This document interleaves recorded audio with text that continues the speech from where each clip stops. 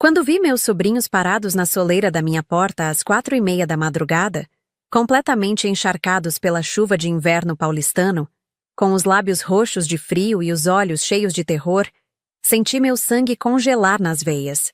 A pequena Júlia, de apenas 6 anos, tremia tanto que seus dentes batiam num ritmo assustador. Pedro, com seus 10 anos, tentava parecer corajoso, mas suas pernas bambas e o jeito como segurava a irmãzinha contra o peito denunciavam o pânico que sentia. Naquele momento, olhando para aquelas 2 crianças abandonadas no meio da madrugada, eu ainda não tinha ideia de que minha vida estava prestes a virar de cabeça para baixo, e que a verdade por trás daquela visita desesperada seria muito mais sombria do que eu jamais poderia imaginar. Mas antes de continuarmos, confira se você já está inscrito no canal e escreva nos comentários de onde você está assistindo este vídeo. O barulho começou baixo, quase imperceptível. Era um som abafado, como se alguém estivesse batendo na porta com os punhos enrolados em pano. Abri os olhos na escuridão do meu apartamento em Pinheiros, desorientada, ainda presa àquele estado entre o sono e a vigília, onde nada parece completamente real. O relógio digital na mesinha de cabeceira piscava 4h28 da manhã em números vermelhos que pareciam gritar no silêncio do quarto. Fiquei imóvel por alguns segundos, tentando decifrar se o som tinha sido real ou apenas parte de algum sonho esquecido. O apartamento estava gelado, aquele frio úmido característico de junho em São Paulo, quando a garoa fina infiltra cada fresta e transforma os cômodos em câmaras frigoríficas. Eu podia ver minha própria respiração formando pequenas nuvens de vapor no ar. As batidas voltaram, desta vez mais fortes, mais insistentes. 3 pancadas secas que reverberaram pelo corredor estreito e chegaram até meu quarto como um aviso urgente. Meu coração disparou imediatamente. Ninguém bate na porta às 4:30 da manhã com boas notícias. Minha mente começou a percorrer rapidamente todas as possibilidades terríveis. Um acidente, uma emergência médica, alguma tragédia com minha mãe que morava sozinha em Santo André.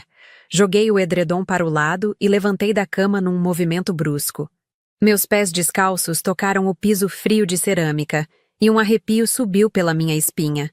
Peguei o celular na mesinha, mais por instinto do que por qualquer plano real, e caminhei até a porta de entrada.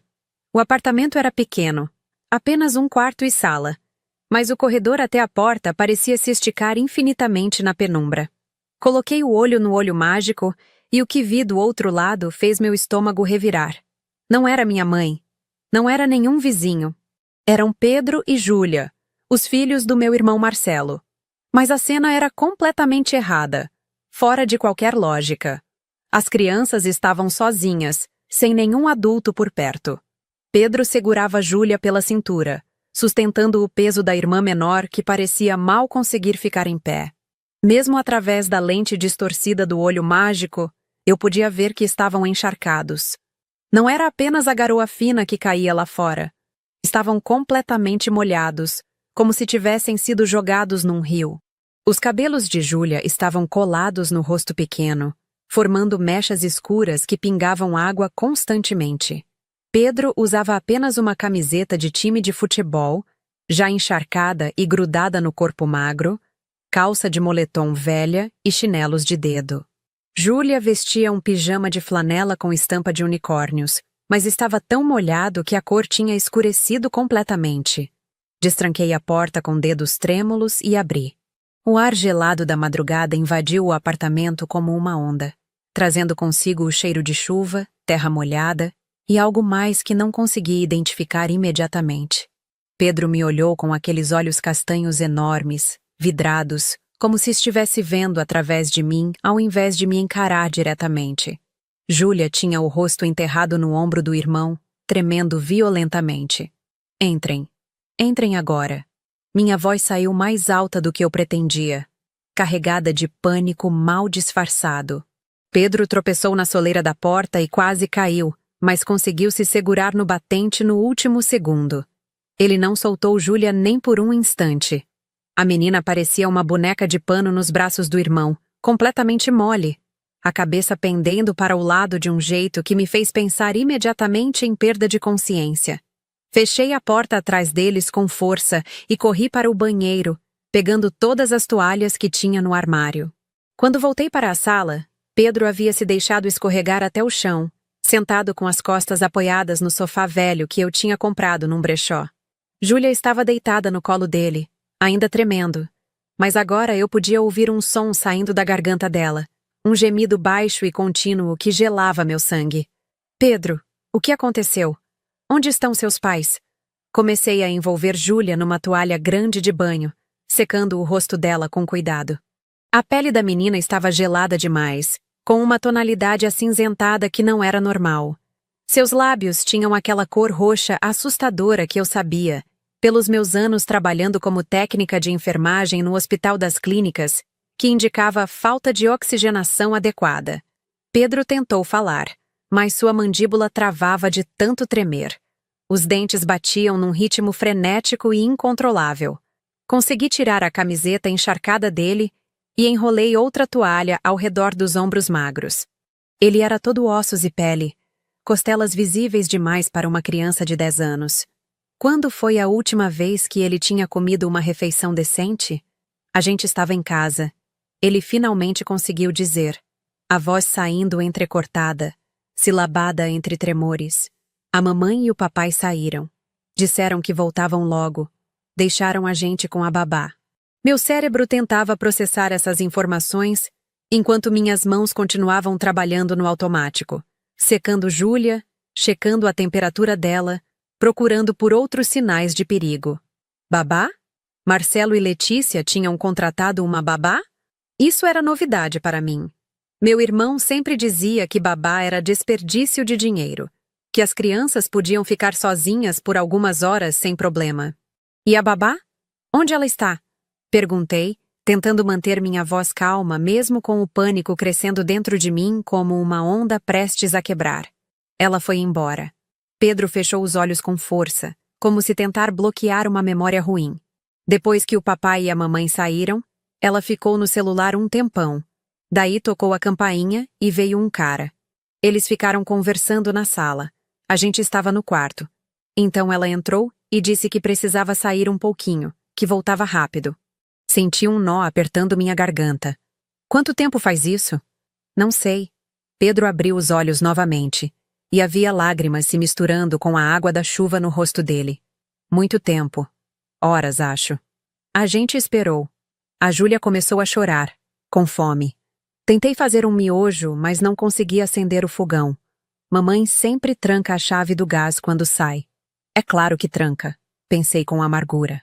Letícia, minha cunhada, tinha aquela mania obsessiva de trancar tudo, chaves escondidas, armários com cadeados, como se vivesse com temor constante de que algo terrível fosse acontecer. Mas nunca o temor suficiente para realmente cuidar dos próprios filhos. Continuei secando Júlia, mas a menina não parava de tremer. Precisava aquecê-la por dentro também. Levantei com ela nos braços, surpresa com o quão leve estava, e a levei até o sofá, envolvendo-a em mais cobertores que peguei do meu quarto. Pedro me seguiu como uma sombra silenciosa, ainda enrolado na toalha, deixando um rastro de água pelo chão. Coloquei água para ferver e preparei 2 copos de leite quente com muito açúcar. Não era o ideal para a hipotermia. Eu sabia disso do meu treinamento, mas era o que tinha disponível no momento. O importante era colocar algo quente dentro deles, aumentar a temperatura corporal de dentro para fora. Adicionei chocolate em pó no leite, transformando em uma bebida doce que sabia que Pedro gostava. Quando voltei para a sala com os copos, Pedro estava sentado ao lado da irmã, segurando a mãozinha dela entre as suas. Júlia tinha os olhos fechados, mas ainda tremia. Ofereci o copo para Pedro primeiro. Ele pegou com as 2 mãos, agradecendo com um aceno de cabeça, e tomou um gole grande que o fez fazer uma careta quando o líquido quente tocou sua boca fria. Devagar, Pedro. Vai queimar. Sentei do outro lado de Júlia e ergui a cabecinha dela com cuidado, aproximando o copo dos lábios roxos. Júlia, docinho, precisa tomar um pouquinho. Vai te fazer se sentir melhor. A menina abriu os olhos lentamente. Eram olhos escuros como os do irmão, mas vidrados, sem foco. Ela tomou um gole pequeno, depois outro. Vi quando um pouco de cor começou a voltar para o rosto dela. Um leve tom rosado substituindo o cinza assustador.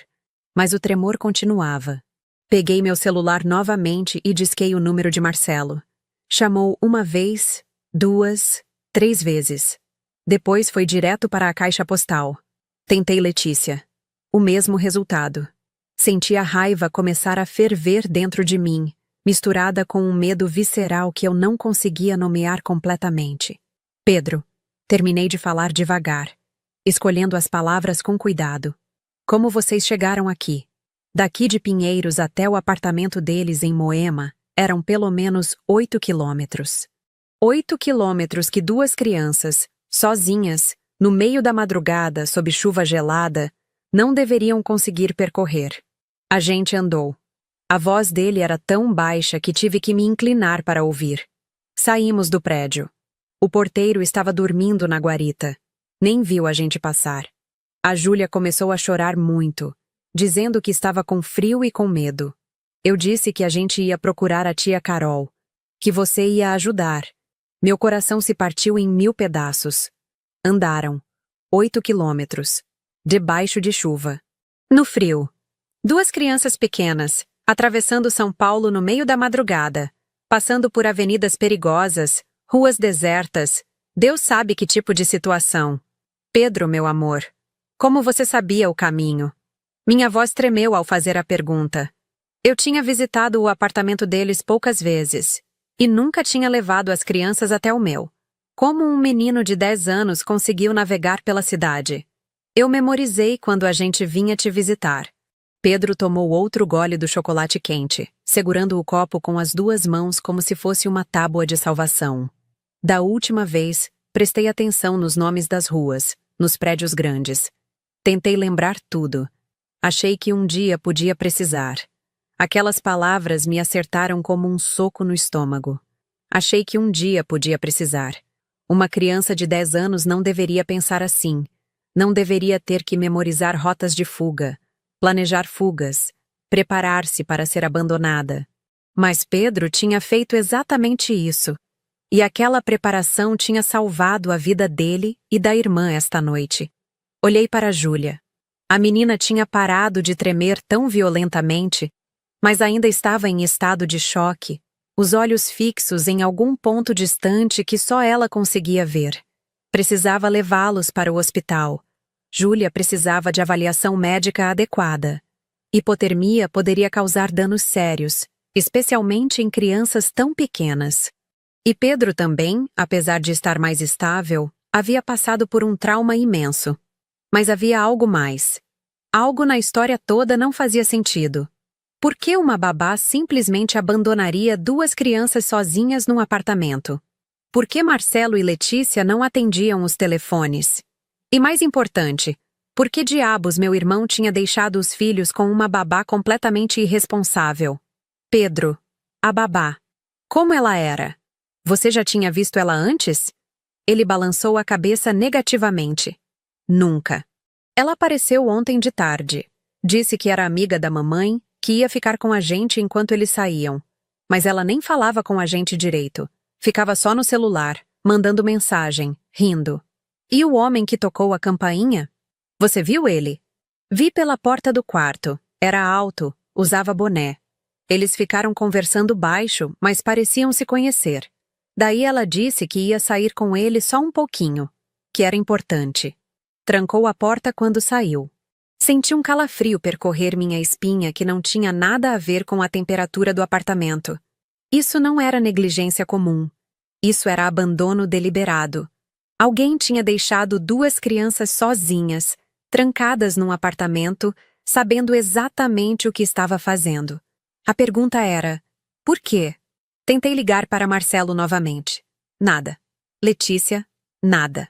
Tentei minha mãe, mas eram quase 5 da manhã e ela não atendia telefone nesse horário, a não ser que tocasse várias vezes. Senti o pânico começar a me sufocar. Precisava de ajuda. Precisava de alguém que pudesse me orientar sobre o que fazer. Liguei para minha amiga Fernanda, que era assistente social e lidava com casos de família no Fórum da Barra Funda. Ela atendeu no quinto toque, a voz grogue de sono. Alô? Carol? Que horas são?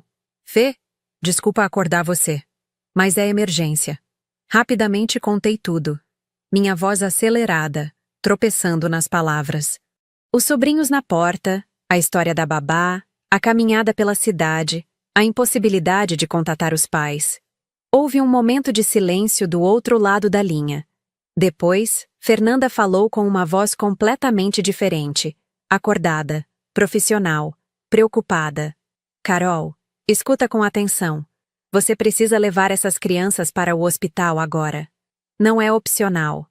Hipotermia em criança é assunto sério, e você precisa registrar um boletim de ocorrência. Isso é abandono de incapaz, no mínimo. Mas Fê, não sei o que aconteceu direito. Talvez os pais tiveram algum problema, algum acidente?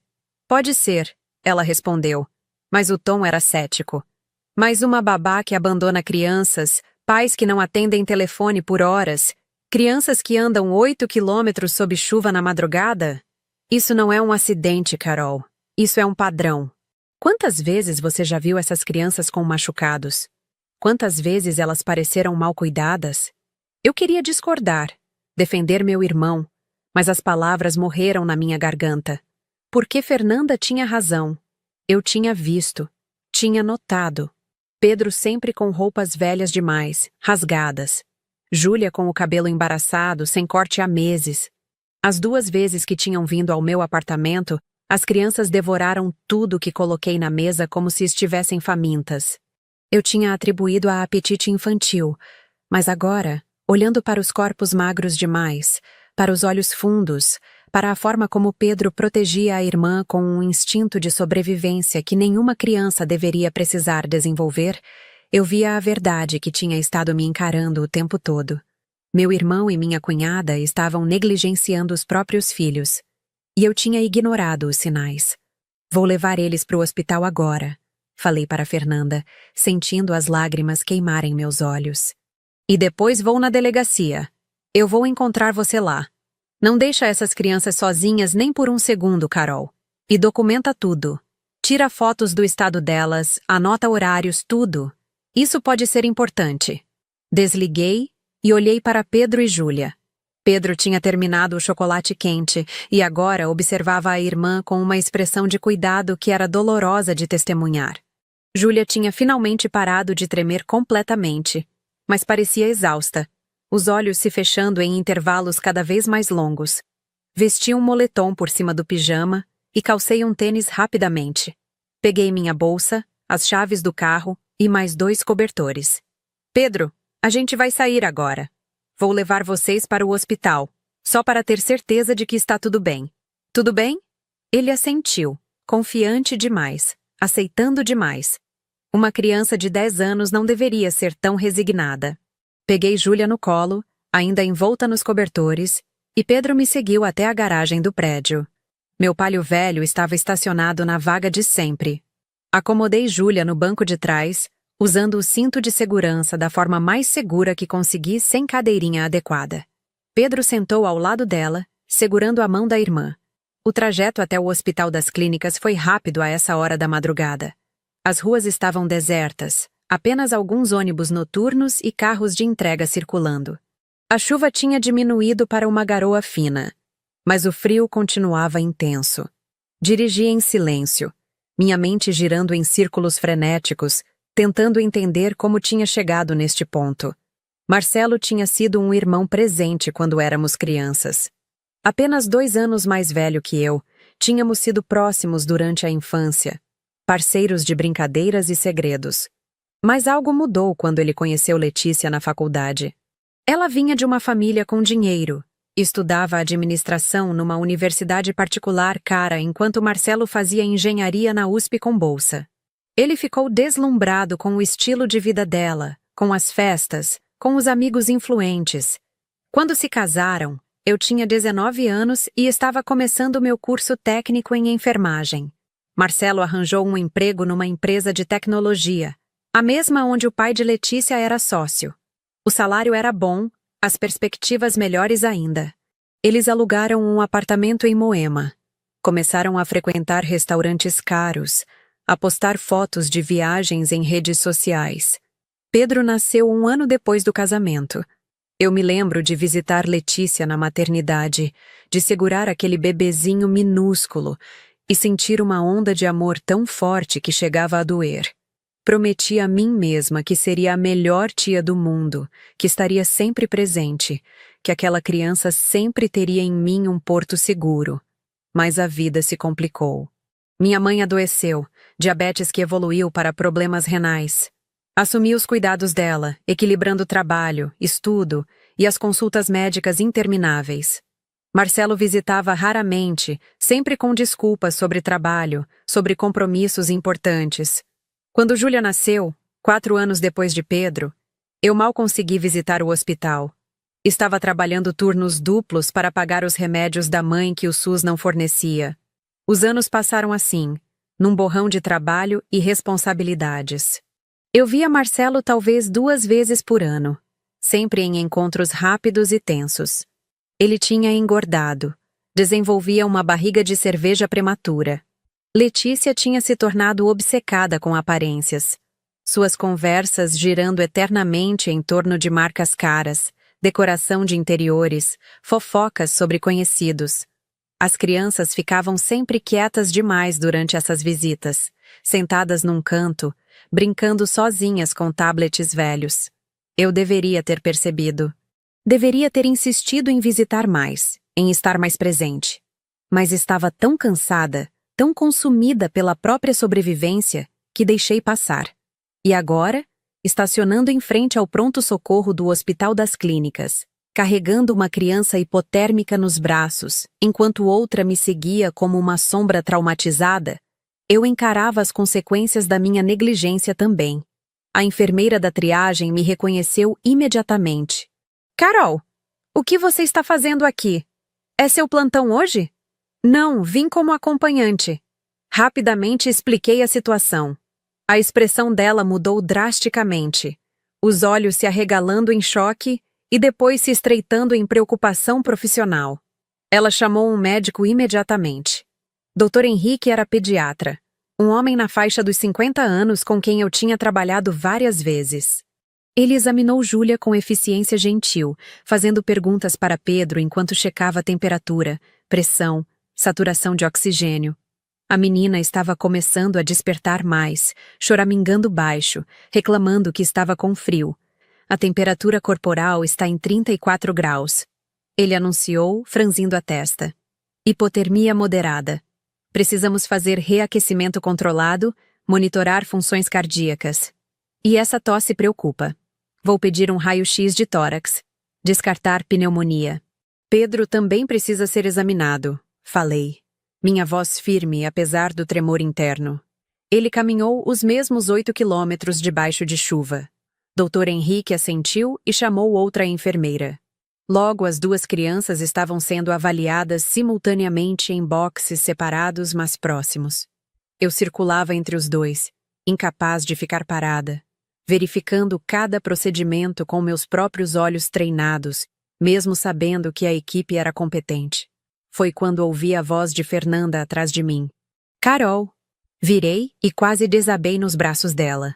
Fernanda me abraçou forte, deixando que eu tremesse contra seu ombro por alguns segundos preciosos, antes de me afastar gentilmente.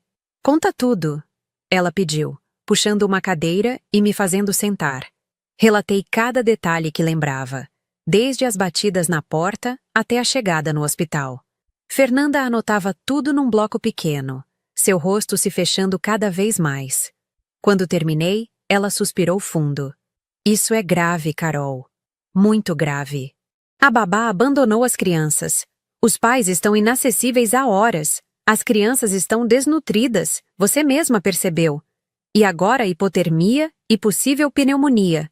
O que eu faço? Minha voz saiu pequena, assustada. Ele é meu irmão, Fê. Eu não posso simplesmente. Você pode e vai. Fernanda me olhou nos olhos com aquela intensidade que não admitia argumentos. Essas crianças foram colocadas em risco de morte. Não por acidente, mas por negligência sistemática. Se você não agir, quem vai? Da próxima vez pode ser tarde demais. Ela tinha razão. Eu sabia que tinha. Mas a ideia de denunciar meu próprio irmão, de colocar o sistema em movimento contra ele, me enchia de um pavor profundo. Conhecia as histórias. Crianças tiradas das famílias, jogadas em abrigos superlotados, passando de lar temporário em lar temporário. Será que eu estava prestes a fazer isso com Pedro e Júlia? Como se lendo meus pensamentos, Fernanda continuou. Existe a possibilidade de guarda temporária com familiar. Você, como tia, seria a primeira opção, especialmente considerando que você tem emprego estável, casa, e as crianças claramente confiam em você. Pedro veio procurar você no meio da madrugada porque sabia que você protegeria eles. Guarda temporária. A ideia era aterrorizante e, ao mesmo tempo, fazia todo sentido. Podia protegê-los. Podia garantir que estivessem seguros enquanto tudo isso se resolvia. Mas meu apartamento tinha um quarto só. Meu salário de técnica de enfermagem cobria minhas despesas. Mas mal. Como iria sustentar 2 crianças? Fernanda tocou minha mão. Um passo de cada vez. Primeiro, vamos registrar o boletim de ocorrência. Depois, vamos acionar o conselho tutelar. Eles vão fazer uma avaliação.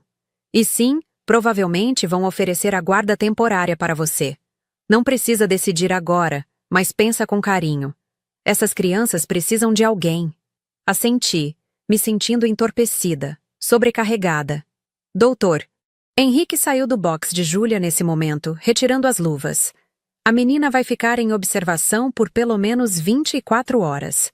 O raio-x mostrou o início de pneumonia no pulmão direito. Começamos antibiótico. Quanto ao menino, fisicamente está melhor, mas o estado emocional preocupa. Está muito quieto, muito controlado. Não é normal para a idade. Posso ficar com eles? Perguntei imediatamente. Não vou sair daqui até terem alta. Ele sorriu de um jeito triste. Imaginei que diria isso. Vou liberar uma poltrona no quarto dela. Mas, Carol, você precisa fazer o boletim. Tenho obrigação legal de notificar. Casos de suspeita de maus tratos em menor, a gente é obrigado a comunicar às autoridades. Eu sei. Fernanda vai me ajudar com isso. Passamos as horas seguintes entre o hospital e a delegacia mais próxima. Fernanda ficou com as crianças enquanto fui prestar queixa. O delegado de plantão era um homem cansado, com olheiras profundas, mas seus olhos se iluminaram com raiva genuína quando contei a história. Ele anotou tudo meticulosamente, pediu cópias dos registros hospitalares, tirou fotos do estado das roupas molhadas que eu tinha trazido numa sacola plástica. Vamos emitir um mandado de busca para localizar os pais, ele disse. E vou acionar o conselho tutelar imediatamente. Essas crianças não podem voltar para aquela casa até investigarmos completamente. Quando voltei ao hospital, eram quase 9 da manhã. A luz do dia entrava pelas janelas grandes do corredor, mas parecia errada, fora de sincronia com a realidade distorcida que estava vivendo. Pedro estava sentado ao lado da cama de Júlia, segurando a mão da irmã. A menina dormia profundamente, finalmente relaxada, o rosto menos pálido graças à medicação e ao reaquecimento gradual. Tia Carol, Pedro me chamou baixinho quando entrei no quarto. A gente vai voltar para casa? Meu coração se partiu novamente. Agachei na frente dele, segurando suas mãozinhas geladas entre as minhas. Por enquanto não, meu amor. Vocês vão ficar comigo um tempinho. A Júlia precisa se recuperar, e vocês 2 precisam descansar de verdade. Está tudo bem? Ele me olhou com aqueles olhos velhos demais, sábios demais, e assentiu. Está tudo bem. É melhor com você. Pausa. A gente incomoda muito? As lágrimas finalmente transbordaram. Incomodar? Pedro?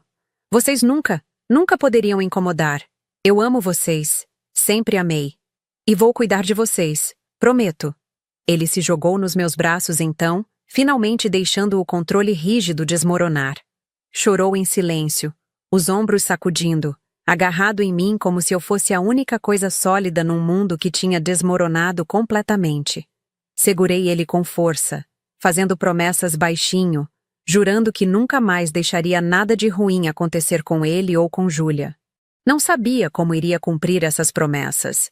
Não sabia se tinha recursos, força ou capacidade. Mas naquele momento, segurando meu sobrinho enquanto ele finalmente se permitia ser criança, ser vulnerável, ser assustado, eu soube que não havia escolha. Essas crianças tinham vindo procurar socorro comigo. E eu não iria falhar. O conselho tutelar chegou ao hospital por volta do meio-dia. Eram duas mulheres. Uma mais velha, chamada Vera, e uma mais jovem, chamada Patrícia. Elas conversaram longamente com o Dr. Henrique, analisaram os registros médicos, fotografaram os ferimentos e sinais de desnutrição. Depois, sentaram comigo numa sala de reuniões vazia. Vera foi direto ao ponto. Senhorita Carolina, baseado no que observamos e no boletim de ocorrência, vamos recomendar a retirada temporária das crianças do lar. A situação é classificada como risco iminente. Você, como tia, tem preferência legal para a guarda emergencial. Está disposta a assumir essa responsabilidade? Minha boca estava seca. Estou, consegui dizer. Mas preciso ser honesta. Meu apartamento é pequeno. Tenho só um quarto. E meu salário? Patrícia interrompeu com um sorriso gentil. Existem programas de auxílio. Podemos te conectar com assistência social, ajuda com móveis, até suporte financeiro temporário. Mas o mais importante é: você quer essas crianças? Está preparada para isso? Querer era pouco. Era uma necessidade visceral, um imperativo moral que ia além de qualquer consideração prática. Sim, falei com firmeza. Quero. Vou fazer funcionar. Elas trocaram um olhar satisfeito. Ótimo. Vamos preparar a documentação. A guarda será oficializada em audiência nos próximos dias, mas por enquanto você é responsável legal temporária. Ah, e os pais? Quando localizados, não terão permissão de contato sem supervisão judicial. E a babá? Perguntei. A mulher que abandonou eles? Vera franziu a testa. A polícia está investigando. Pelo que entendemos do relato do menino, pode não ter sido uma babá de verdade. Pode ter sido alguém que seus pais pagaram sem verificar antecedentes. Ou pior, alguém que eles conheciam e que se aproveitou da situação. Estamos apurando. A tarde passou num borrão de papelada. Assinei documentos, forneci comprovantes de renda e residência. Respondi a questionários intermináveis sobre minha vida, meus hábitos, minhas condições de cuidar de duas crianças. Fernanda permaneceu ao meu lado o tempo todo, orientando, apoiando, sendo a advogada que eu não tinha dinheiro para contratar. Quando tudo estava finalizado, voltei ao quarto onde Pedro e Júlia esperavam. A menina tinha acordado e comido um pouco de sopa. Estava mais animada, os olhos finalmente com brilho. Pedro tinha pegado no sono na poltrona desconfortável, exausto pelo trauma das últimas horas. Tia Carol, Júlia me chamou com aquela vozinha fina quando entrei. Vai ficar com a gente? Vou sim, docinho. Vou ficar sempre. Ela sorriu. Um sorriso pequeno, mas genuíno. E voltou a mexer na sopinha. Meu celular vibrou naquele momento. Era um número desconhecido. Atendi com o coração acelerado. Carolina? Era a voz de Marcelo, mas estranha, diferente. Embargada, tensa. Onde estão as crianças? Estão comigo. No hospital. Minha voz saiu mais fria do que pretendia. Onde você estava, Marcelo?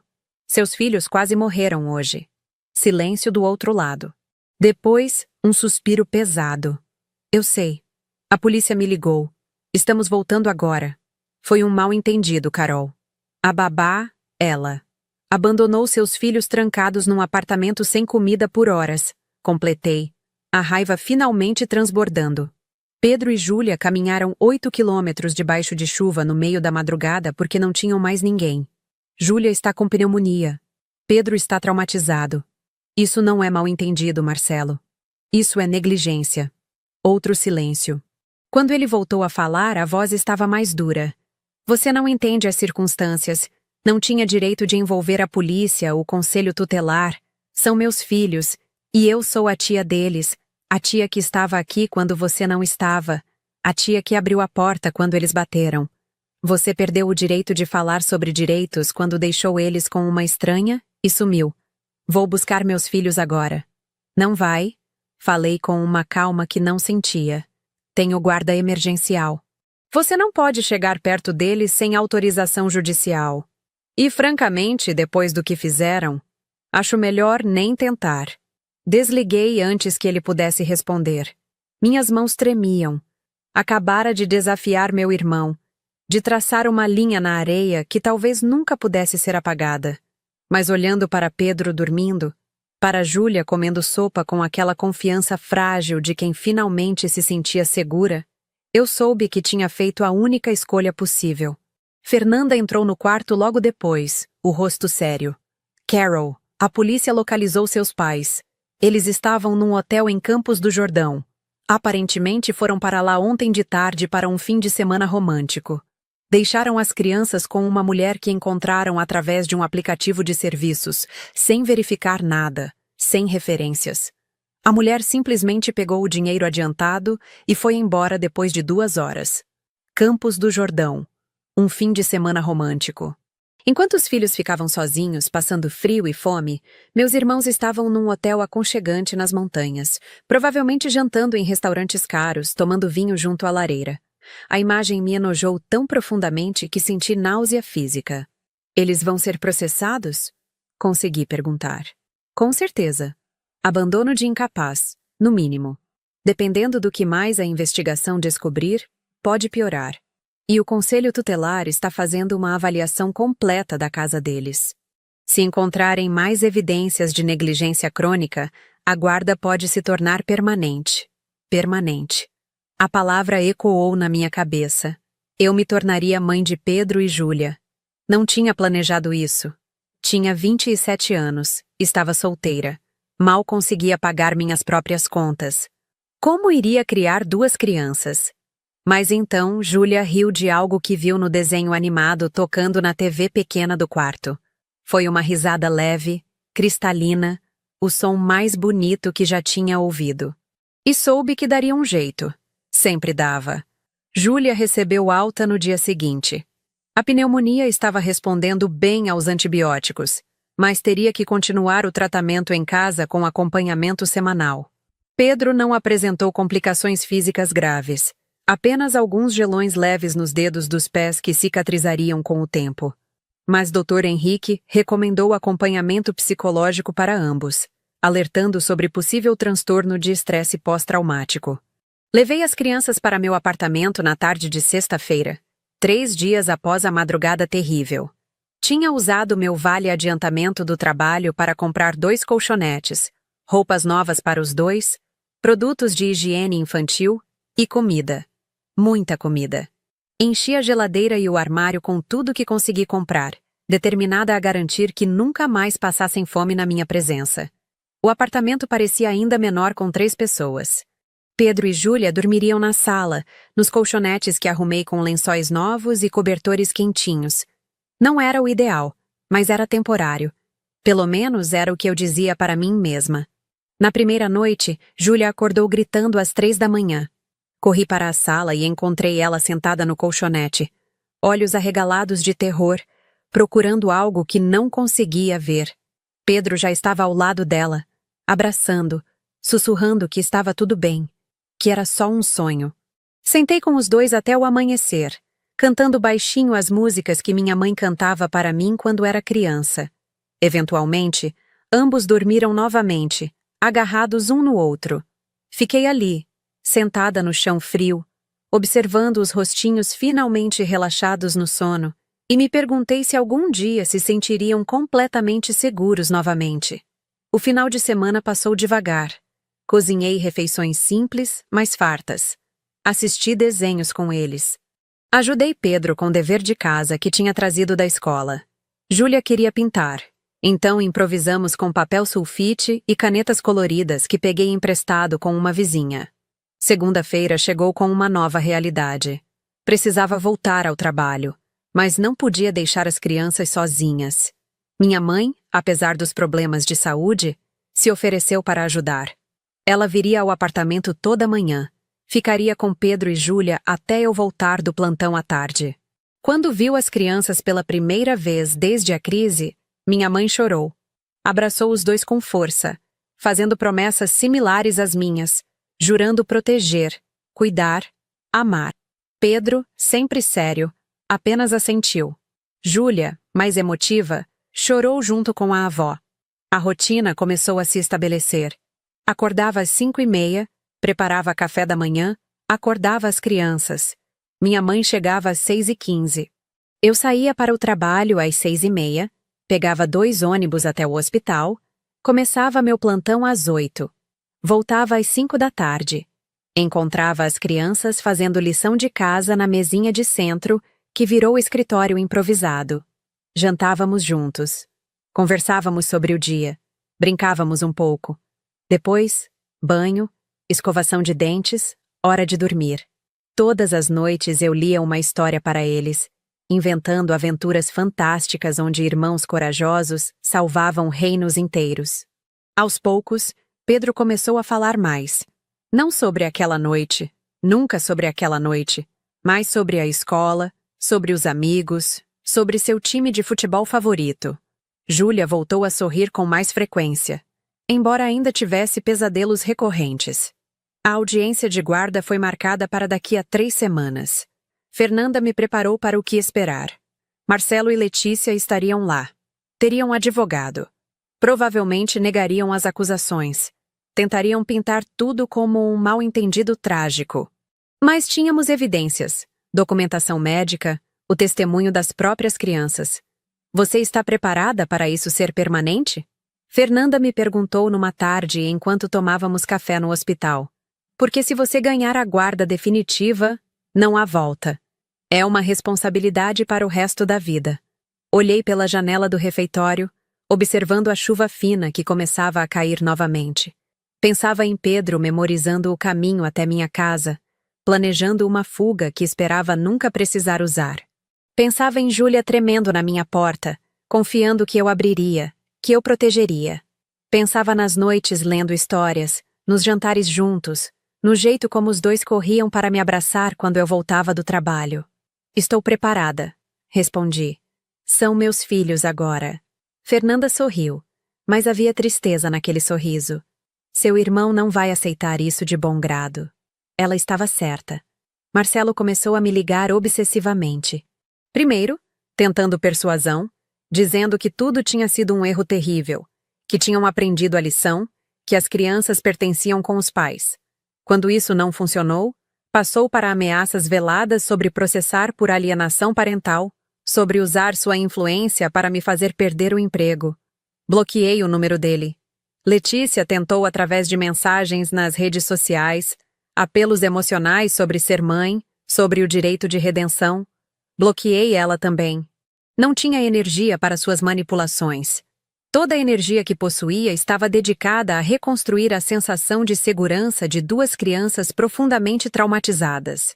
A psicóloga que começou a atender Pedro e Júlia, doutora Mônica, me chamou para uma conversa particular na segunda semana. Ela era uma mulher gentil na casa dos 40, com uma presença tranquilizadora que inspirava confiança. Carolina, preciso te alertar sobre algo. Nas sessões com as crianças, especialmente com Pedro, estou descobrindo que a negligência foi muito mais profunda e prolongada do que o incidente isolado daquela noite. Meu estômago se apertou. O que você quer dizer? Pedro me contou que frequentemente ficavam sozinhos em casa por períodos longos, que as refeições eram irregulares, muitas vezes inexistentes, que aprendeu a cozinhar miojo e fazer sanduíche porque tinha fome e ninguém preparava comida. Júlia confirmou, do jeito dela, mais fragmentado. Ela tem memórias de chorar de fome na cama, de acordar sozinha na casa escura sem saber onde os pais estavam. Sentia a raiva ferver novamente, misturada com uma culpa esmagadora. Eu deveria ter visto. Deveria ter percebido. Você não podia saber, doutora Mônica disse gentilmente. Crianças são ensinadas a manter segredos de família. Pedro, especialmente, desenvolveu um senso de responsabilidade profundamente doentio. Ele acredita que é trabalho dele cuidar da irmã, proteger ela, garantir que sobrevivam. Isso não é normal para uma criança de 10 anos. Ele me disse que memorizou o caminho até minha casa. Falei baixinho. Disse que achava que um dia poderia precisar. Exatamente. Esse nível de planejamento para a sobrevivência indica que ele vivia em estado constante de antecipação de abandono. Sua intervenção, Carolina, literalmente salvou não apenas as vidas físicas dessas crianças, mas também qualquer chance de desenvolvimento emocional saudável. Se tivessem permanecido naquele ambiente mais tempo, os danos psicológicos poderiam ter se tornado irreversíveis. As palavras eram pesadas, carregadas de implicações. Saí daquele consultório com uma determinação renovada. Não importava o que custasse, financeira ou emocionalmente, essas crianças nunca mais voltariam para aquela casa. A investigação do Conselho Tutelar trouxe mais revelações perturbadoras. Quando inspecionaram o apartamento de Marcelo e Letícia, encontraram o quarto das crianças em condições deprimentes. Colchões velhos sem lençóis adequados, roupas sujas amontoadas, pouquíssimos brinquedos. Enquanto isso, o quarto do casal era luxuoso, com cama king size cara, TV de tela grande, closet cheio de roupas de marca. A geladeira estava praticamente vazia, exceto por cervejas e uma garrafa de vodka. Não havia alimentos adequados para crianças. Os vizinhos, quando entrevistados, relataram ouvir brigas frequentes, barulho de festas até tarde e admitiam raramente ver as crianças brincando ou saindo. Um vizinho em particular, o Sr. Augusto do apartamento ao lado, forneceu um testemunho devastador. Ele contou que várias vezes tinha ouvido Júlia chorando compulsivamente através das paredes finas, choramingando sobre fome e medo. Uma vez tinha batido na porta para oferecer ajuda, mas Letícia o dispensou friamente, dizendo que a filha era dramática e buscava atenção. Todo esse material foi compilado num relatório técnico que seria apresentado em audiência. Fernanda me mostrou uma cópia preliminar. Era leitura nauseante. Página após página documentando negligência sistemática, priorização de estilo de vida luxuoso sobre necessidades básicas infantis, completa indiferença ao bem-estar emocional das crianças. Como eles puderam? Perguntei, a voz falhando. São os próprios filhos. Fernanda fechou a pasta com um suspiro cansado. Algumas pessoas têm filhos pelos motivos errados. Status social, expectativa familiar, acidente que não quiseram abortar. E depois, quando a realidade da parentalidade bate, quando percebem o sacrifício envolvido, simplesmente não se importam o suficiente para mudar seus comportamentos. Mas eles pareciam normais quando os vi. Nas poucas vezes que nos encontramos, pareciam pais comuns. Ela me olhou com uma sabedoria triste. Negligência não usa uma placa no pescoço. Negligenciadores podem ser charmosos, bem vestidos, socialmente adaptados. É o que acontece atrás das portas fechadas que importa. E atrás daquela porta, 2 crianças estavam sendo lentamente destruídas. Cheguei em casa naquela noite e encontrei Pedro ajudando Júlia com uma atividade de colorir. Ele explicava pacientemente como não sair das linhas, elogiando cada tentativa da irmã. Júlia ria, manchando tinta nos dedos e no rosto. Minha mãe, sentada no sofá, tricotava um cachecol pequeno para Júlia, sorrindo para a cena. Era uma imagem de normalidade doméstica tão bonita que doía. Essa deveria sempre ter sido a realidade deles. Infância protegida, amor incondicional, segurança emocional. Em vez disso, tinham vivido anos num ambiente tóxico, desenvolvendo mecanismos de defesa que nenhuma criança deveria precisar. A audiência chegou numa manhã fria de julho. Eu tinha pedido o dia de folga, vestido minha melhor calça e blusa, tentado parecer responsável e capaz. Fernanda me encontrou na entrada do fórum, me dando um abraço apertado e instruções finais. Seja honesta. Seja você mesma. Mostre que ama essas crianças e está comprometida com o bem-estar delas. O juiz vai ver através de qualquer performance. Entramos na sala de audiência. Era menor do que imaginava, com uma mesa comprida onde o juiz se sentaria, cadeiras para advogados e partes, e uma bandeira do Brasil numa das paredes. Marcelo e Letícia já estavam lá, sentados com seu advogado, Um homem de terno caro com cara de quem cobrava por hora valores astronômicos. Ver meu irmão me chocou. Ele tinha envelhecido anos em semanas. O rosto estava pálido, magro, olheiras profundas. Letícia parecia ainda pior. O cabelo desgrenhado, maquiagem mal aplicada tentando esconder sinais de noite sem dormir. Ambos me lançaram olhares carregados de emoções complexas, que não consegui decifrar completamente. Raiva, vergonha, desespero. O juiz entrou, um homem na casa dos 60 com expressão severa. Todos se levantaram, depois sentaram quando ele indicou. A audiência começou formalmente. Cada lado apresentou seu caso. O advogado de Marcelo falou primeiro, tecendo uma narrativa sobre pais trabalhadores que cometeram um erro de julgamento isolado. Pintou a situação como mal-entendido trágico. Enfatizou que meus irmãos estavam devastados, que tinham aprendido a lição, que eram candidatos para reabilitação através de terapia familiar obrigatória. Quando foi minha vez, Fernanda apresentou o relatório do Conselho Tutelar completo, os registros médicos, fotos do estado das crianças quando chegaram no hospital, depoimentos de vizinhos. Cada peça de evidência era uma martelada final num caixão já bem pregado. O juiz ouviu tudo em silêncio, fazendo anotações ocasionais. Depois pediu para falar comigo diretamente. Senhorita, Carolina, você entende a magnitude do que está assumindo? Criar 2 crianças não é responsabilidade pequena, especialmente crianças traumatizadas que vão requerer apoio substancial. Levantei, as pernas tremendo ligeiramente, mas mantive a voz firme. Entendo perfeitamente, Excelência. Não foi uma decisão que tomei levianamente.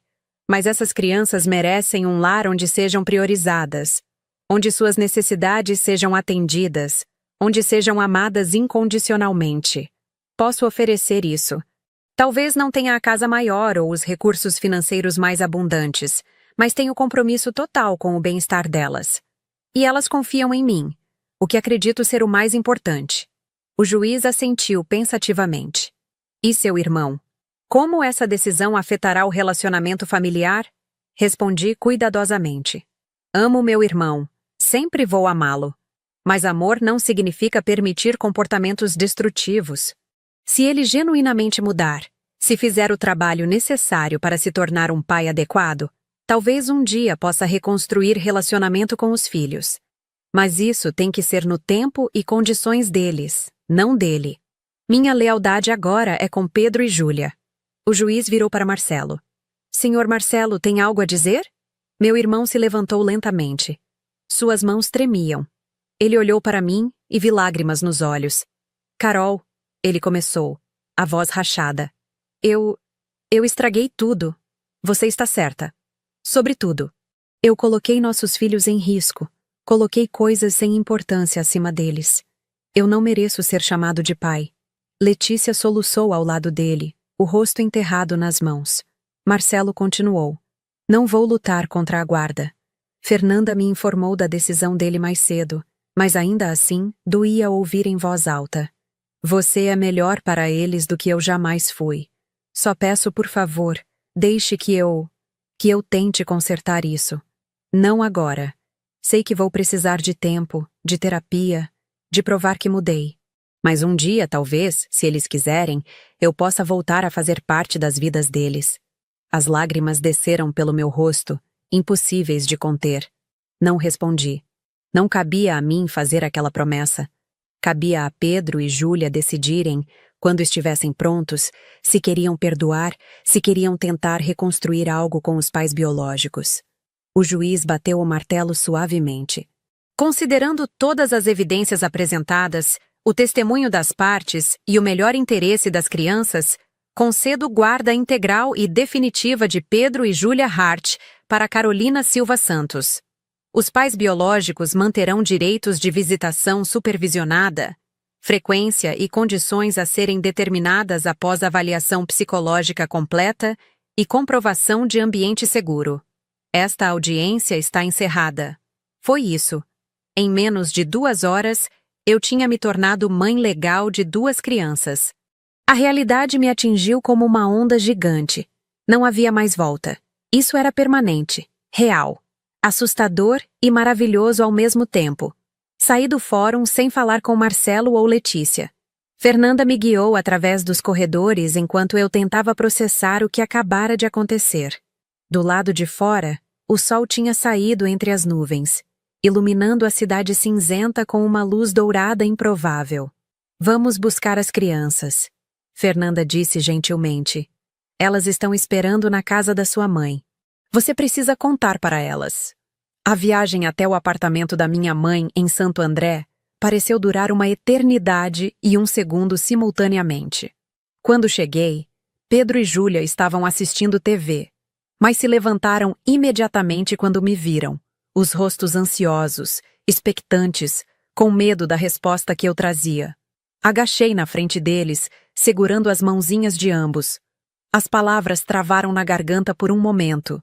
Emoção demais tentando sair de uma vez. Vocês vão morar comigo. Para sempre, se vocês quiserem. Sou responsável por vocês agora. Legal e oficialmente. Vocês são meus. Júlia gritou de alegria e se jogou nos meus braços com tanta força que quase me derrubou. Pedro ficou parado, o corpo rígido, processando.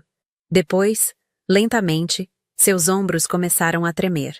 Chorou silenciosamente. Anos de tensão e medo finalmente encontrando saída. Para sempre? Ele sussurrou contra meu ombro. De verdade? De verdade, meu amor. Para sempre. Minha mãe chorava abertamente, sorrindo através das lágrimas. Fernanda tinha os olhos marejados. E ali, no meio da sala pequena do apartamento da minha mãe, cercada pelas duas crianças que tinham mudado minha vida completamente, eu senti uma paz profunda. Os meses seguintes foram os mais desafiadores da minha vida. Adaptação não era palavra forte suficiente para descrever a montanha-russa emocional que vivemos. Júlia tinha pesadelos quase todas as noites. Acordava gritando, buscando por mim no escuro. Pedro desenvolveu ansiedade de separação severa, entrando em pânico se eu me atrasava 5 minutos para buscá-lo na escola. Doutora Mônica nos guiou através de tudo com paciência infinita. Sessões semanais de terapia para as crianças, sessões mensais comigo para discutir estratégias de parentalidade. Aprendeu sobre trauma infantil, sobre como construir apego seguro, sobre a importância de rotinas consistentes. Financeiramente, era apertado. Muito apertado. Meu salário cobria o básico, mas extras eram impossíveis. Fernanda me conectou com programas de auxílio social que ajudaram com roupas, material escolar, parte dos custos de terapia. Minha mãe, apesar de suas limitações, cozinhava para nós várias vezes por semana, esticando o meu orçamento de alimentação. Mas tinha momentos de alegria pura que faziam cada dificuldade valer a pena. A primeira vez que Júlia me chamou de mãe sem perceber, simplesmente deixando a palavra escorregar naturalmente, enquanto pedia ajuda com o dever de casa. O jeito que Pedro começou a relaxar, a ser criança, a rir de piadas bobas e brincar com outras crianças no parquinho sem aquele olhar vigilante constante. 6 meses após a audiência, Marcelo pediu para me encontrar. Combinamos num café neutro durante o dia, apenas nós dois. Ele chegou pontualmente, parecendo melhor do que na última vez que vira. Tinha emagrecido de forma saudável, o rosto menos inchado, os olhos mais claros. Carol, obrigado por aceitar conversar. Ele mexeu nervosamente no copo de café. Estou fazendo terapia, 3 vezes por semana. E Letícia também. Estamos tentando entender como chegamos naquele ponto. Como falhamos tão completamente. Escutei em silêncio, deixando ele falar. Ele continuou. Percebi que usei os filhos como acessórios. Como parte da imagem que queria projetar de sucesso, família perfeita. Mas nunca realmente os conheci. Nunca me importei em conhecer quem eram, o que precisavam. Só queria que se comportassem, que não atrapalhassem minha vida. A honestidade brutal era chocante vinda dele. Marcelo sempre tinha sido mestre em justificativas, em colocar culpa em fatores externos. Essa versão dele, assumindo responsabilidade total, era estranha e ao mesmo tempo necessária. Não espero perdão, ele disse. Nem seu, nem deles. Mas quero que saiba que estou tentando mudar. E se um dia Pedro ou Júlia quiserem me ver, eu vou estar pronto. Não como o pai que fui, mas como alguém que está genuinamente trabalhando para ser melhor. Assenti lentamente. Vou considerar isso quando eles estiverem prontos. Não agora, mas talvez um dia, se eles pedirem. Ele pareceu aliviado só com essa pequena possibilidade. Obrigado. É mais do que mereço. Nos despedimos sem abraço, sem drama. Só duas pessoas que compartilhavam história e sangue tentando navegar consequências devastadoras de escolhas ruins. Não sabia se confiava nele, se ele realmente mudaria a longo prazo. Mas havia algo na sua postura, na ausência de defensividade, que sugeria que talvez, apenas talvez, ele estivesse sendo honesto. O primeiro ano completo de Júlia na escola foi desafiador, mas revelador. Ela tinha ficado para trás academicamente, lacunas significativas em leitura e matemática, devido a faltas frequentes e falta de suporte em casa. Contratei uma professora particular com dinheiro que não tinha, mas que encontrei cortando outros gastos. Lentamente, ela começou a alcançar os colegas. Pedro se destacou no futebol. Seu treinador comentou que tinha talento real, disciplina e determinação raras para a idade. Comprei chuteiras de segunda mão e fiz malabarismos com horários para garantir que nunca perdesse um treino. Ver ele correndo no campo, sorrindo, sendo apenas um menino de 11 anos sem peso do mundo nos ombros, era terapêutico para ambos. Mudamos de apartamento 1 ano após a guarda ser concedida. Consegui aprovação para um financiamento habitacional de um apartamento pequeno de 2 quartos em Vila Mariana. Não era luxuoso, mas era nosso. Pedro e Júlia teriam o próprio quarto, privacidade, um espaço que era verdadeiramente lar. A mudança foi emocionante. As crianças ajudaram a carregar caixas, decidiram onde cada coisa iria, escolheram cores para pintar o quarto deles. Júlia quis rosa claro. Pedro aceitou, contanto que seu lado tivesse posters de futebol. Eles negociaram, comprometeram, riram. Era lindo de assistir. Na primeira noite no apartamento novo, fiz um jantar especial. Lasanha, a receita da minha avó que minha mãe me ensinou. Comemos juntos na mesinha pequena da cozinha. Velas acesas criando atmosfera aconchegante. Brindamos com suco de uva, celebrando novos começos. Depois do jantar, Júlia me perguntou algo que me pegou desprevenida. Tia Carol, posso te chamar de mãe?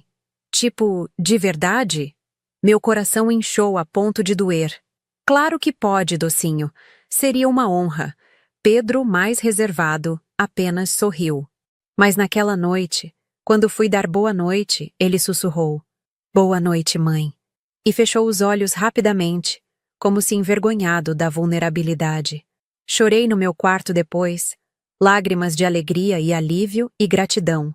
Tinha ganhado uma família da forma mais improvável e dolorosa possível. Mas tinha ganhado. O relacionamento com Marcelo evoluiu lentamente. Após 1 ano de terapia consistente e mudanças comportamentais comprovadas, concordei em permitir ligações supervisionadas com as crianças. Eram breves, sempre comigo presente, sempre com a opção das crianças encerrarem a qualquer momento. Pedro era cauteloso, cortês, mas distante. Respondia perguntas, contava sobre escola, mas nunca aprofundava. Júlia, naturalmente mais aberta, ficava animada com as ligações, mas também tinha dias onde recusava terminantemente falar. Respeitei ambos os ritmos. Letícia tentou o mesmo, mas as crianças eram mais resistentes com ela. Especialmente Júlia, que retinha memórias mais viscerais de ser ignorada pela mãe. Talvez com o tempo isso mudasse. Talvez não. Cabia a elas decidir quanto perdão poderiam oferecer. 2 anos após aquela madrugada terrível, a vida tinha encontrado um ritmo sustentável. Eu tinha conseguido promoção no hospital, virando enfermeira assistente com salário melhor e horários mais previsíveis. As crianças estavam prosperando na escola, fazendo amigos, participando de atividades extracurriculares. Pedro, agora com 13 anos, estava se transformando num adolescente. Tinha crescido 10 centímetros, a voz começando a engrossar. Ainda era sério demais para a idade, mas aprendia a relaxar, a confiar que o mundo não iria desmoronar se baixasse a guarda. Sua terapeuta estava otimista sobre o progresso. Júlia, com 9 anos, era borboleta social. Falava pelos cotovelos, tinha opinião sobre tudo, sonhava em ser veterinária. Os pesadelos tinham diminuído para talvez uma vez por mês. E quando aconteciam, ela sabia me procurar, sabia que eu estaria lá. Comecei a namorar. Era estranho abrir meu coração para alguém novo quando minha vida estava tão completamente dedicada às crianças. Mas conheci um homem chamado Daniel, fisioterapeuta no mesmo hospital, que era gentil e paciente, e não se assustou quando expliquei minha situação complexa. Ele conheceu Pedro e Júlia depois de 3 meses de namoro. Foi jantar descontraído em casa, onde ficou claro que ele não estava tentando substituir ninguém, apenas ser presença positiva nas suas vidas. As crianças foram educadas, mas reservadas. Com o tempo, aqueceram para ele, especialmente quando descobriram que jogava videogame bem e podia ensiná-los truques. Não sabia se Daniel seria permanente, mas pela primeira vez em anos, permitia pensar em futuro que incluía mais do que apenas sobrevivência. Talvez incluísse até felicidade. A cicatriz daquela noite nunca desapareceria completamente. Pedro ainda verificava compulsivamente se as portas estavam destrancadas. Júlia ainda tinha momentos de ansiedade quando eu me atrasava, mas estavam crescendo ao redor do trauma, incorporando-o em suas histórias, sem deixar que as definisse completamente.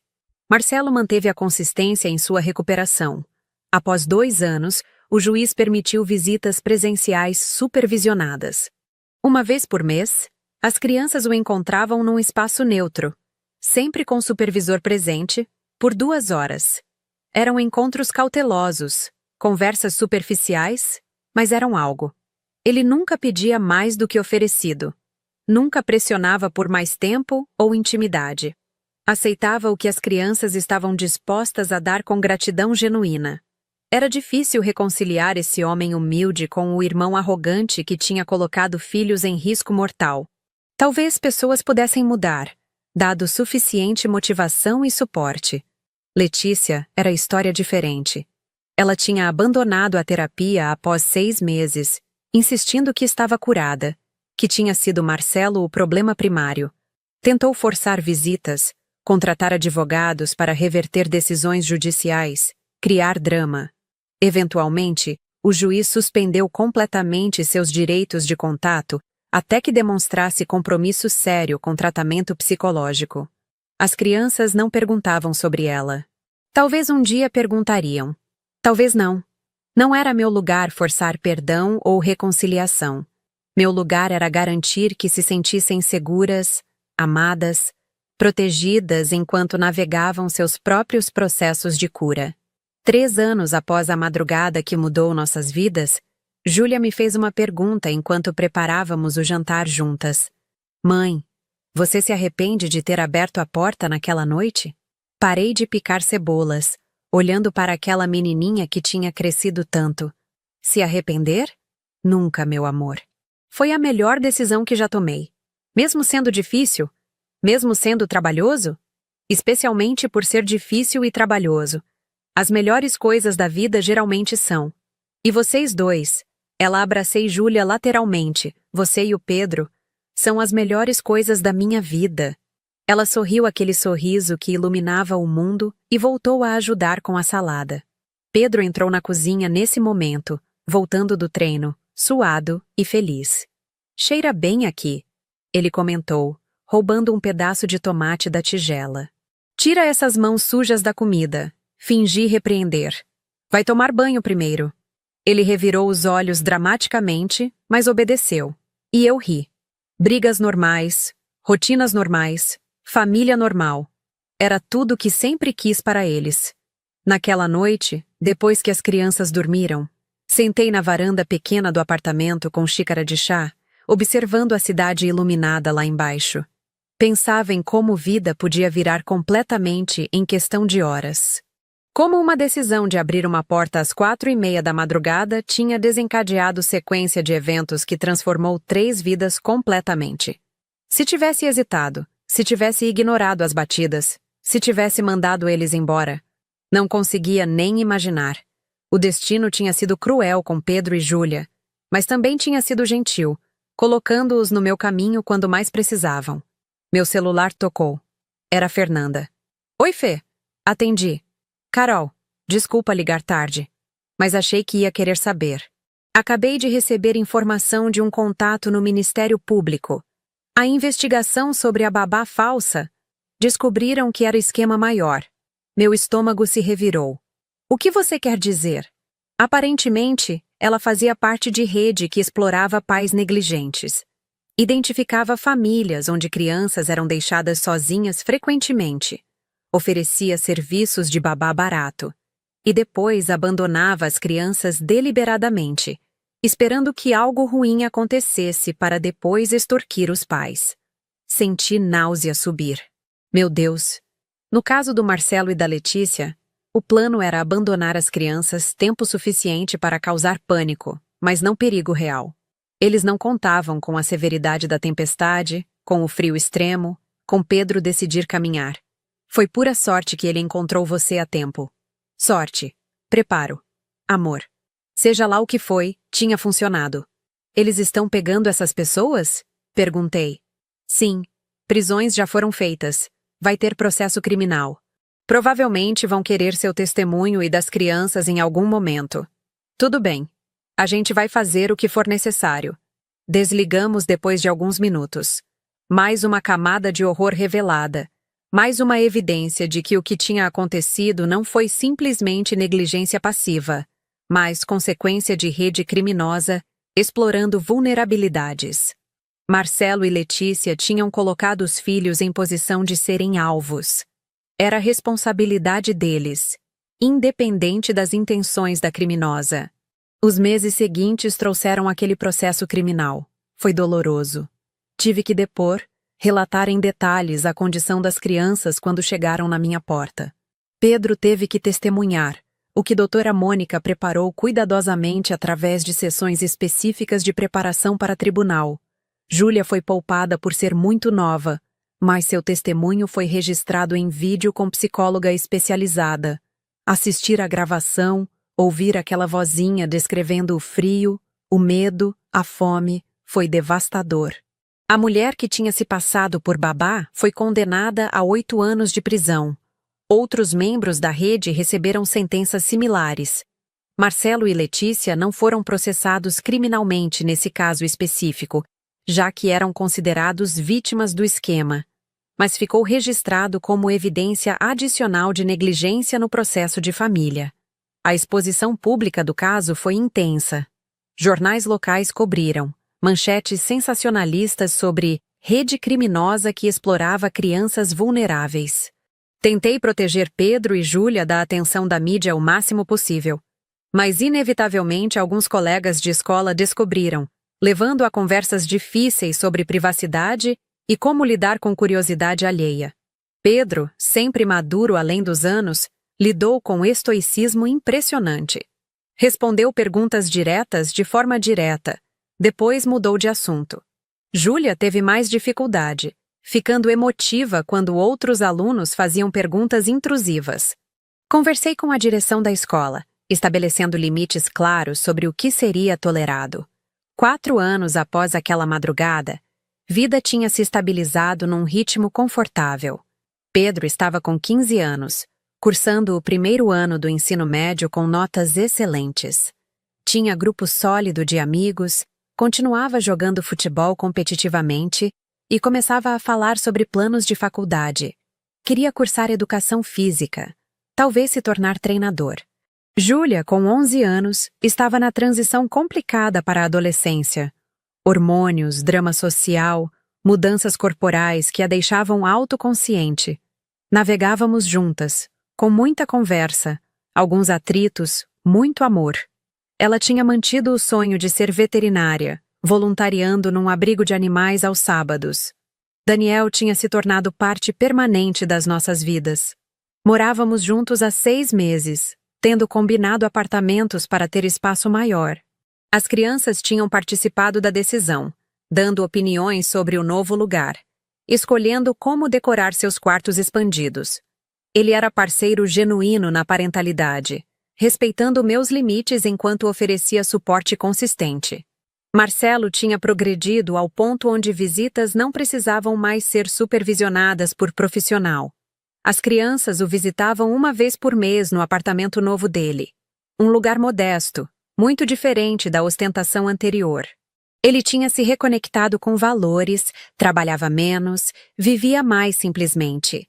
O relacionamento com os filhos era cordial, respeitoso, mas distante. Talvez sempre seria. Numa tarde de domingo, enquanto preparávamos churrasco na pequena área de lazer do prédio, Pedro me puxou de lado. Mãe, posso te perguntar uma coisa? Claro, meu amor. Sempre. Ele hesitou, o rosto sério. Você já pensou no que teria acontecido se a gente não tivesse conseguido chegar até você naquela noite? A pergunta me acertou como soco. Pensava nisso todo dia. Todo dia agradecer silenciosamente por terem conseguido. Penso sim, admiti.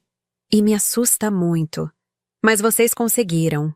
Você foi incrivelmente corajoso e forte, e trouxe você e sua irmã para a segurança. Ele assentiu devagar. Eu sabia que você nos salvaria. Sempre soube. Por isso memorizei o caminho. Porque sabia que se precisássemos, você estaria lá. As lágrimas arderam nos meus olhos. Sempre vou estar, Pedro. Sempre. Ele me abraçou. E não era mais aquele menino pequeno tremendo na minha porta. Era adolescente, quase da minha altura, forte e saudável. Mas o abraço carregava a mesma necessidade de segurança. A mesma confiança que tinha colocado em mim 4 anos atrás. Júlia apareceu nesse momento, reclamando que Daniel estava queimando as linguiças. Rimos, voltamos para o churrasco, para a normalidade barulhenta e maravilhosa de família funcional. Aquela noite, depois que todos dormiram, me peguei pensando em jornadas. A minha, das crianças, até de Marcelo. Nenhuma tinha sido linear. Todas tinham cicatrizes, desvios, momentos de escuridão profunda, mas também tinham luz, crescimento, redenção em doses variadas. Eu tinha começado como tia solteira lutando para se sustentar. Tinha me tornado mãe por necessidade, por amor, por impossibilidade de abandonar crianças que precisavam. Tinha crescido na função, aprendido através de erro e tentativa, sacrificado confortos pessoais inúmeras vezes. Mas tinha ganhado família, propósito, amor mais profundo que jamais imaginei possível. Pedro e Júlia tinham começado em lar negligente, sofrendo privações emocionais e físicas que nenhuma criança deveria. Tinham sobrevivido noite que poderia ter terminado em tragédia. Tinham lutado através de trauma, terapia, adaptação à nova vida. Estavam se tornando pessoas incríveis, resilientes não apesar do que passaram, mas tendo incorporado essas experiências em suas forças. Até Marcelo, talvez especialmente Marcelo, estava em jornada. De pai negligente a homem confrontando falhas, fazendo o trabalho árduo de mudança real. Não sabia se alcançaria a redenção completa, mas estava tentando, o que era mais do que muitos faziam. 5 anos. Meio década desde aquelas batidas na porta que mudaram tudo. Pedro estava prestes a completar 16 anos, Júlia 12. Planejávamos festa de aniversário conjunta, primeira vez que concordavam em compartilhar celebração sem brigar. A festa seria na nossa casa, nada extravagante, apenas amigos próximos, família escolhida. Minha mãe, mais frágil, mas ainda presente, ajudaria com salgadinhos. Daniel cuidaria do som. Fernanda viria com o marido. Alguns colegas de escola das crianças, seus professores favoritos, o treinador de futebol do Pedro, a veterinária do abrigo onde Júlia voluntariava. E Marcelo. Tinha sido decisão das crianças convidá-lo. Não para ficar a festa toda, mas para aparecer, dar os parabéns, ser parte daquele momento. Era progresso significativo, sinalizando perdão gradual, aceitação de que pessoas podiam mudar. Na manhã da festa, acordei cedo para começar preparativos. Júlia surgiu na cozinha ainda de pijama, cabelo bagunçado, sorriso sonolento. Bom dia, mãe. Precisa de ajuda? Trabalhamos juntas, cortando frutas, organizando copos, pendurando decorações simples. Pedro apareceu depois, assumindo tarefas mais pesadas, movendo móveis, arrumando o som. Daniel foi buscar o bolo, encomendado de uma confeitaria pequena do bairro.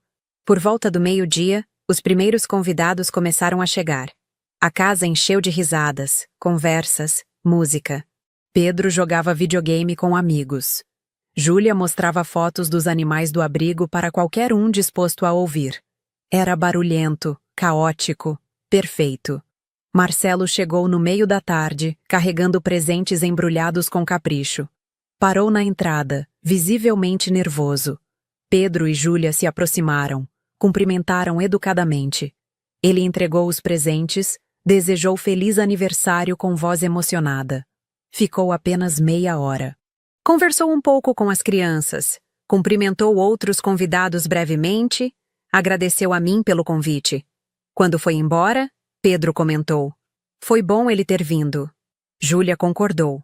Não era perdão completo. Não era relacionamento reparado. Mas era começo. A festa continuou até o anoitecer. Quando o último convidado foi embora, desabamos juntos no sofá, exaustos e felizes. Júlia estava quase dormindo no meu colo. Pedro esticado na poltrona. Sorriso satisfeito no rosto. Daniel recolhia lixo tranquilamente. "Foi a melhor festa", Júlia murmurou. "Obrigada, mãe." "De nada, docinho." "Feliz aniversário." Pedro olhou para mim, aquele olhar que ainda carregava profundidade além dos anos. "Tia Carol", ele começou. E notei que ocasionalmente ainda usava o título antigo, especialmente em momentos emocionais. "Você salvou nossas vidas. Sabe disso, né?" "Vocês salvaram as suas próprias", corrigi gentilmente. "Eu só abri a porta. Vocês que tiveram coragem de bater." Ele sorriu, mas balançou a cabeça. "Você fez mais que abrir a porta. Você nos deu lar, família, futuro. A gente nunca vai esquecer." Meu coração transbordou. Eu também nunca vou esquecer. Daquela madrugada, das suas carinhas molhadas e assustadas, de como vocês confiaram em mim. Foi o dia que me tornei mãe de verdade. Júlia se aconchegou mais perto. "Somos família agora. Para sempre." "Para sempre", concordei, beijando a testa dela. Olhei ao redor da nossa sala bagunçada com restos de festa, para Daniel recolhendo o último pedaço de lixo com sorriso paciente, para Pedro e Júlia relaxados e seguros, e senti gratidão esmagadora. A jornada tinha sido brutal em momentos. Tinha me quebrado e reconstruído inúmeras vezes. Mas valeu cada lágrima, cada sacrifício, cada noite sem dormir, porque tinha dado àquelas duas crianças algo que todo ser humano merece: amor incondicional, segurança, lar verdadeiro.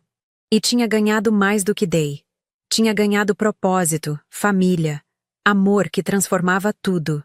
5 anos atrás, batidas urgentes na madrugada tinham mudado 3 vidas para sempre. Hoje, naquela sala cheia de amor e risadas e bagunça feliz, eu sabia com absoluta certeza que tinha feito cada escolha certa. Tinha aberto a porta quando importava. E continuaria abrindo, sempre, para essas duas almas preciosas que chamavam de mãe. Éramos família. Não por sangue ou biologia, mas por escolha, amor e compromisso inabalável. E nada, absolutamente nada, poderia mudar isso.